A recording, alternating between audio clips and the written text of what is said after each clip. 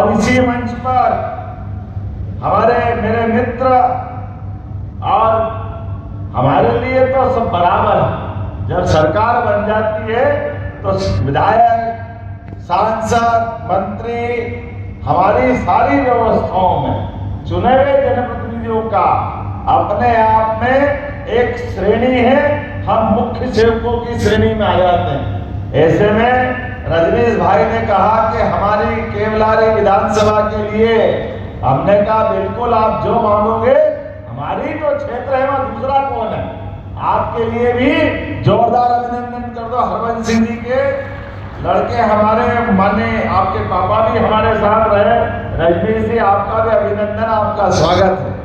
मैं मान के चलता हूँ इस कार्यक्रम में हमारे सिवनी जिला पंचायत के अध्यक्ष जी श्रीमती मालती डहरिया जी, नगर पालिका अध्यक्ष सिवनी श्रीमती करण भलावी, अध्यक्ष जनपद पंचायत श्रीमती मीना बिसेन जी, हमारे वरिष्ठ नेता पूर्व सांसद ढाल सिंह जी, श्रीमान ढाल सिंह मरसकोले जी, नगर पालिका के उपाध्यक्ष डाली अमित दामोर जी, नाम तो बहुत सारे, जोरदार एक बार अभिनंदन कर दो पूरे मंच का। सबका स्वागत है, सबका अभिनंदन। मैं इतने कार्यक्रम में गया, इतने स्थान पे गया हूं, लेकिन जो सिवनी के लोगों का आनंद है, सच मानो आप भगवान करे आपको नजर नहीं लगे, इतने प्रेम से बैठे, इतना बढ़िया कार्यक्रम चल रहा है। माननीय यशस्वी प्रधानमंत्री के पूरे कार्यक्रम से आनंद से लगातार आप बैठे हैं। और अभी भी इस पूरे मामले में आपके मन के आधार पर मैं कह सकता हूं कि अगर सिवनी हमारी अपनी वैचारिक राजधानी है तो कोई अतिशयोक्ति नहीं होगी। जोरदार अभिनंदन करें अपने आप के लिए, आपका भी। कितनी अच्छी अच्छी योजनाएं हमारे माननीय प्रधानमंत्री जी बनाते हैं। आप अंदाज लगा लो, बुरा मत मानना रजनीश जी, लोकतंत्र में गंगा की धारा के तरह गंगा की पहचान मां गंगा के रूप में इसीलिए भागीरथ के जमाने से आई गंगा। जब भी कोई जीवन पाता है, जीवन भी पाता है और मरने के बाद मोक्ष भी गंगा जी देती है। ये गंगा की धारा की विशेषता है। बोलो गंगा मैया की। हम अपनी वो सनातन संस्कृति को मानने वाले लोग हैं और मुझे इस बात की प्रसन्नता है, काल के प्रवाह में अतीत के समय से जाने अनजाने हमारे लिए आजादी तो 47 में आ गई और संविधान लागू करने के बाद लंबा समय निकल गया 56 से आज तक। लेकिन अपने गांव के अंदर गांव का आदमी अपना घर का मकान बनाए तो वो घर के आदमी अपना घर का मकान बना करके अपने मकान बनाने के बाद भी उस मकान की कीमत बैंक वालों के वहां जाए तो 2 कौड़ी की कोई कीमत ही नहीं उसकी, क्योंकि उसको आवास का स्वामित्व अधिकार नहीं मान रहा। कैसा आश्चर्य लगता सुनकर के भी। शहर का आदमी मकान बनाए तो 2 लाख 5 लाख, जितना बड़ा प्लाट, जितना बड़ा मकान, उसका मकान, और गांव का आदमी मकान बनाए तो उसकी कीमत नहीं। मुझे इस बात की अत्यंत ग्लानि भी है कि ये बहुत खराब समय निकल गया। लेकिन यशस्वी प्रधानमंत्री के लिए जोरदार अभिनंदन करो नरेंद्र मोदी जी के माध्यम से, जिन्होंने बगैर भेदभाव के, कोई कांग्रेस नहीं, कोई बीजेपी नहीं, कोई आप पार्टी नहीं, कोई बाप पार्टी नहीं, लेकिन सबकी पार्टी एक, जिसका मकान गांव में बना है उसको भी स्वामित्व का वही अधिकार है जो नगर वाले को है। ये बराबरी का अधिकार अगर मिला है तो माननीय मोदी जी के माध्यम से मिला। ये आज के कार्यक्रम में 15 लाख से ज्यादा तो यहीं पे जो बताए गए, हमारे प्रदेश के अंदर 15,60,000 हितग्राहियों को अपने आवास के पट्टे, यही योजना है ना करण सिंह जी, भू अधिकार। अरे भू अधिकार में ये स्वाभिमान अधिकार है, इज्जत का अधिकार है आपका।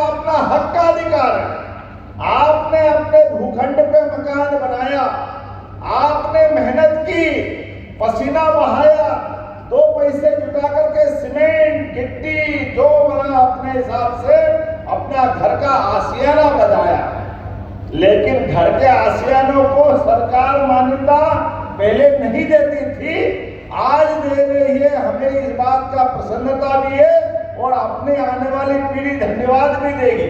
अब अपने मकान के भू अधिकार पट्टे के बलबूते पर आप अपने मकान का मूल्यांकन पाओगे।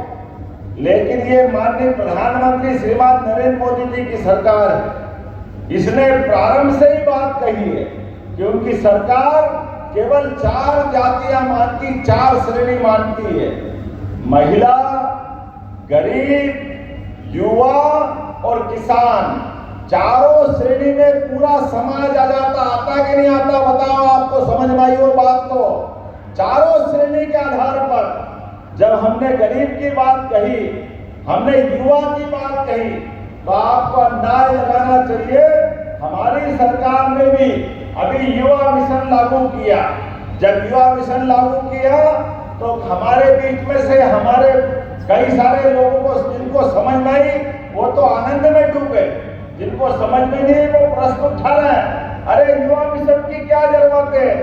तो क्या युवा मिशन की जरूरत इस बात के लिए नहीं है कि हमारे युवा लोगों की संख्या सही आंकड़ा सामने आए और जो जिस लाइन में जाना चाहे उसके रोजगार के प्रबंधन करे? क्या ये नहीं करना चाहिए? ये जरूर करना चाहिए। सरकार होती इसलिए हमने योजना बनाई। हर युवा को, जैसे हर खेत को पानी और हर हाथ को काम, ये हमारी सरकार के संकल्प है।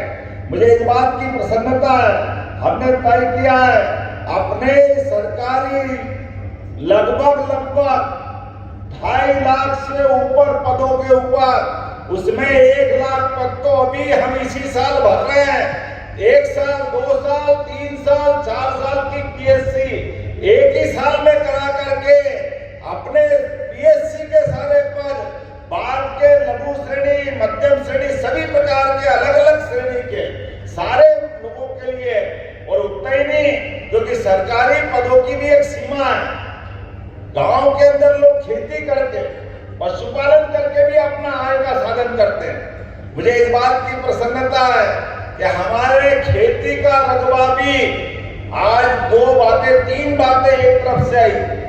हमारे बीच में हमारे मित्र मुनमुन राय जी ने कहा कि सिवनी पेच में माइक्रो लिफ्ट इरिगेशन के माध्यम से कुछ गांव बचे, वहां भी पानी दो। बिल्कुल दिया जाएगा, कोई गांव नहीं छोड़ा जाएगा, सबदूर जल की व्यवस्था की जाएगी।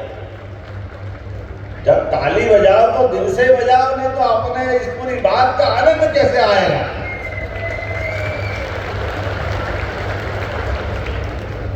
और बताना चाह रहा हूं, मर्क्स कॉलेज जी, आपके क्षेत्र में भी कोई गांव बाकी नहीं रहेगा। एक गांव में पानी पहुंचा करके सारा का सारा सिंचित करने का काम हमारी सरकार के द्वारा किया जाएगा। और धनौरा किसके क्षेत्र में आता है? रजनीश की, अर्थात हमारे कांग्रेस के विधायक मित्र हैं। और ये भीमगढ़ संजय सरोवर बांध में फ्लोटिंग सोलर प्लांट स्थापित करने की बात आई। ये किसकी विधानसभा में आता है? देखना भाई, ये है हमारी भाजपा की सरकार। विकास के मामले में हम कोई कांग्रेस बीजेपी नहीं करेंगे। आपने नेता को जरूर बताना, हम आपके यहाँ पर भी फ्लोटिंग सोलर पंप बनवाएंगे। जोरदार तरीके से ये दोनों मांग मानने की घोषणा करते हैं। और हमारे युवा मित्रों के लिए कॉलेज खोलने की बात आई तो धनौरा में भी कॉलेज खोला जाएगा, महाविद्यालय खोला जाएगा। ये अपने बीच जितने प्रकार की बातें आई, अब बरघाट का विधायक कौन है भाई? हमारी पार्टी के चुनाव चिन्ह वाले हैं क्या? तो हमारे बीच में आपने कहा कि कांचना खेड़ी जलाशय में, कांचना मंडी, हाँ गंडी मंडी थोड़ा सा टाइम लगता है भाई, जरा ऐसा जोर से मत बोलो, ऐसा लगेगा तो मैं फिर बोलूंगा कि जरा बोलना कि नहीं बोलना, मेरे को बोलना तो जरा जोरदार ताली बजा के बताओ तो कुछ घोषणा कर दे। बरघाट विकास खंड अंतर्गत कांचना मंडी जलाशय नहर प्रणाली को पूरा कराए जाने की घोषणा करता हूं। एक एक बूंद पानी खेत में, हम कभी कल्पना करें रजनीश भाई, किसी ने पारस पत्थर देखा क्या? आपने किसी ने देखा? किसी ने देखा पारस पत्थर? पारस पत्थर लोहे से छुआओ तो सोना बन जाता, ये केवल हमने सबने सुना। और खेती कौन कौन करता है? हाथ खड़े करके बताओ, जिनके घर में खेती होती है बताओ, सबने हाथ खड़े कर दिए। मैं आपको बताता हूं और आप मेरी बात से सहमत हो तो बताना, पारस पत्थर लोहे को सोना बनाता ये हमको नहीं मालूम, लेकिन जैसे सूखे खेत में पानी स्पर्श हो जाए तो फसल सोना बन जाती है, ये हम सबको मालूम है।